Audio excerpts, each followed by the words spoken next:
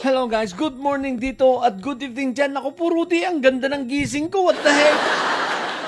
Isipin mo, pagkagising ko, bubungadan ka ng napakagandang balitang ito ha. Okay guys, sa mga hindi pa po nakakaalam, itong si J. Docleng ay nahuli na. Nilabasan siya ng warrant of arrest ng RTC Pasay. At ito ang kagandahan, no? Ito ay patungkol sa fake news na ginawa niya sa kalusugan ng ating Pangulo. Okay? So talagang sineryoso ng NBI, sineryoso talaga ang mga bagay na ito. Kaya ito ay napakagandang halimbawa, no? Sa mga nagfe-fake news. O ito, mga fake news na mga didilis, makinig kayo ha.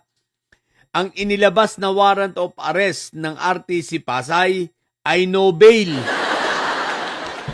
So sa madaling salita, mahaba-habang panahon na hindi nyo mapapakinggan at mapapanood na nagva-vlog itong si J. Docleng. Bakit? Walang piyansang inilagak ang korte. No bail ang kanyang kaso. No bail ang desisyon ng korte sa kanyang warrant of arrest at siya ay nahuli kanina dyan lang sa Project 8 sa Quezon City. Iyak si J. Docleng. Ano na? Ang yabang mo. Oh, Eric Celis. Kasunod ka na. Malamang-lamang mamumundok na babalik na sa pagka-NPA ito si Eric. Yun ay kung tatanggapin pa ba siya ng mga NPA, no? Baka patayin lang siya ron. Pero malamang-lamang magtatago na rin ito si Eric Celis dahil sa ang inilabas ng RTC ay na warrant of arrest ay no bail. So kung no bail si Jason Sem, baka may chance rin si Eric Celis na no bail ito. Pero guys, kasi yung kay Jason sa kasi guys, ano yan eh, may kaso pa kasi siyang estapa, no? So ito yung sinasabi ko na kapag ikaw ay tuloy-tuloy yung iyong mga paggawa ng mga kasalanan at mga kalokohan, no? Sabang ikaw ay may pending case pa, eh malamang-lamang baka hindi i-grant ng court ang bail sa'yo, bagamat ang kaso mo bailable, di ba? Kasi diskresyon ng korte yan eh. So nakikita nila yan sa sitwasyon nitong si Jason sa tingin ko, kaya na no bail siya dahil nga sa may kaso pa siyang kinaharap na estapa. At hindi lang yun, may ilan pa rin siyang kasong isinampalaban sa kanya. Sila Anyo. So, isa pa lang ito ha. Ang lumabas pa lang rito yung sinampa pa lang ng NBI. Wala pa yung mga isinampa nila rito. Isinampa nila, sino pa ba nagsampa sa kanya? Kasama ba siya sinampa nila Anyo? Hindi ko sure eh. Pero yung sa NBI pa lang ito guys ha. So si Eric Baluga nagtatago na. Sino pa mga nagtatago? Itong kagrupo ni Eloy Bugres, 3 rin niyang nakinasuhan ng NBI, di ba? Oh, mga vloggers na mga kinasuhan ng NBI, tago-tago na. Huwag na kayong magpatumpik-tumpik. Simulan na ninyo. Tapos sasabihin nyo naman, political persecution na naman. Hindi political persecution ang tawag dyan. Ang tawag dyan, hustisya para sa sambayan ng Pilipino. Bakit hustisya? Copy-fake news ninyong mga hinayupa kayo. Akala ninyo normal na ang pag-fake news. Ang ginawa nyo ng normal yan, ginawa nyo ng trabaho, ayan, ang inabot ninyo. O, di ba? J. Docleng, diyan ka na rin mamamatay na siraulo ka.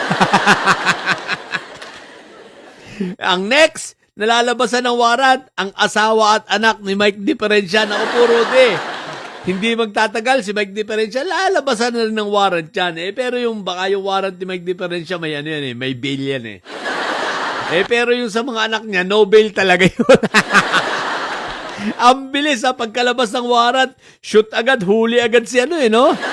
Ilang oras lang yata ang lumipas shoot agad si si J. Docleng tatanga-tanga kang J. Docleng ka, gagawa-gawa ka ng kalokohan, tapos hindi ka nagpaturo kay Senator Esprequete kung paano magtago. Kayong mga didilis kayo, gagawa kayo ng fake news, siguraduhin nyo, marunong kayo magtago ha? At siguraduhin nyo, magpaturo kayo kay Bato, yung mahihirapan kayong hanapin. Ay, sa bagay, hindi naman hinahanap si Bato kasi wala namang warrant Sadyang siraulo lang at praning lang si Bato. Si Senator Esprequete, no, nagtatago ng wala namang warrant. Siraulang putik na yun. Ano, mga titilis ha? Fake news pabor. At nakabantay na sa inyo ang NBI ha? Doon sa mga kahit maliit na vlogger ka, kahit maliit na mga pagpupost mo yan, nakabantay sa'yo ang NBI. Bantay ka lang. Siguraduhin mo na wala kang ibang kaso dahil kahit cyber libel lang ang kaso mo, kung ikaw ay may iba pang kaso, may posibilidad na hindi ka bigyan ng bail ng korte ha? O dahil tingin ko yan ang nangyari dito kay J. Docling kasi ang kaso naman niya bailable naman, di ba? Pero kita mo hindi no bail ang binigay ng sa kanya ng RTC dahil nga sa tingin ko meron pa siyang existing na isa pang kaso. Yung kaso niyang estapa, ha? Yan. Alam ko hindi lang yun, basta meron pang isa alam ko na warranted din niya nakapagpiansa di ba? So mukhang ito ay pangatlo na. So hindi ko lang sure, hindi ko na ni-research pa uli. Pero yun ang naaalala ko. Pero ang importante rito, no bail. Sa mga nag-aabang ng vlog ni J. Docling, hindi na muna siya makakapag-vlog, pass daw muna. See you na lang uli pagka nakalabas na siyang nasa abo rin. Nasa garapon din, ha? O, sige na. Yun lang, sa mga bobong didilis at may saya dyan, ha? Good news ito. Matili kayo mga bobot may side sapagkat ang may side laging high blood. Tatay nyo preso, BP nyo ay bobo. Bye!